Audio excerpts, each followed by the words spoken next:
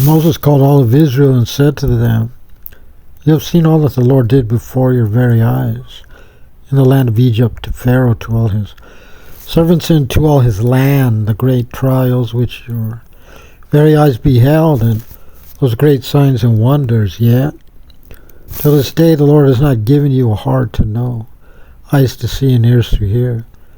I led you through the desert for 40 years, during which time your garments did not wear out from upon you, nor did your shoes wear out from upon your feet.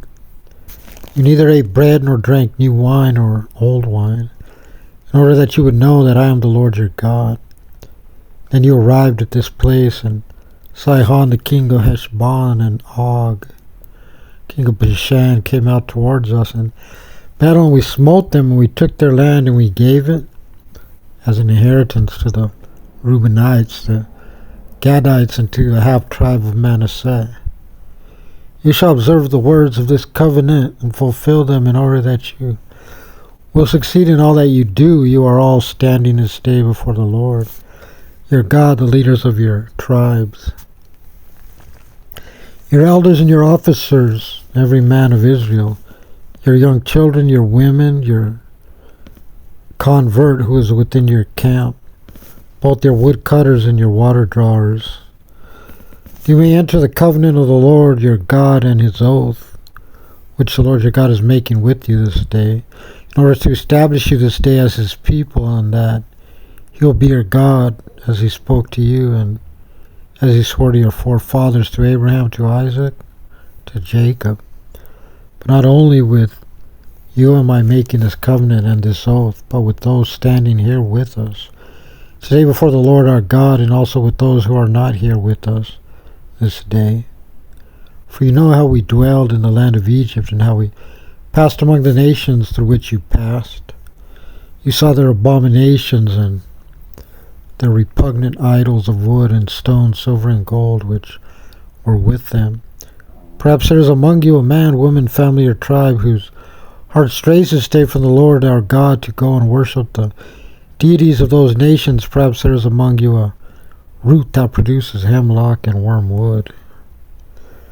It will be when he, such a person, hears the words of this oath, that he will bless himself in his heart, saying, I will have peace even if I follow my heart's desires, in order to add the punishment for the unintentional sins of this man to that of his intentional sins. The Lord will not be willing to forgive him. Rather than the Lord's fury and his zeal will fume against that man. The entire curse written in this book will rest upon him. The Lord will obliterate his name from beneath the heavens. The Lord will separate him for evil out of all the tribes of Israel, according to all the curses of the covenant written in this Torah scroll. In a later generation, your descendants who will rise after you, along with the foreigner who comes from a distant land, will say, upon seeing the plagues of that land and the diseases which the Lord struck it, so for insult it burned up its entire land, it cannot be sown, nor can it grow anything, not even any grass will sprout upon it. It is like overturning of Sodom, Gomorrah, Admah, and Zeboim, which the Lord overturned in his fury and in his rage. And all the nations will say, why did the Lord do so to this land? What is the reason for this great rage of fury?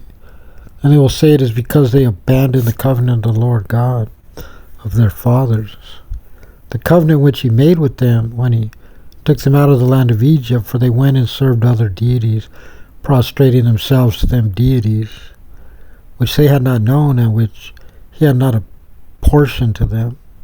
The Lord's fury raged against that land, bringing upon it the entire curse written in this book. The Lord uprooted them from upon their land with fury, anger, and great wrath, cast them to another land as it is this day. The hidden things belong to the Lord our God, but the revealed things apply to us and to our children forever, that we must fulfill all the words of this Torah.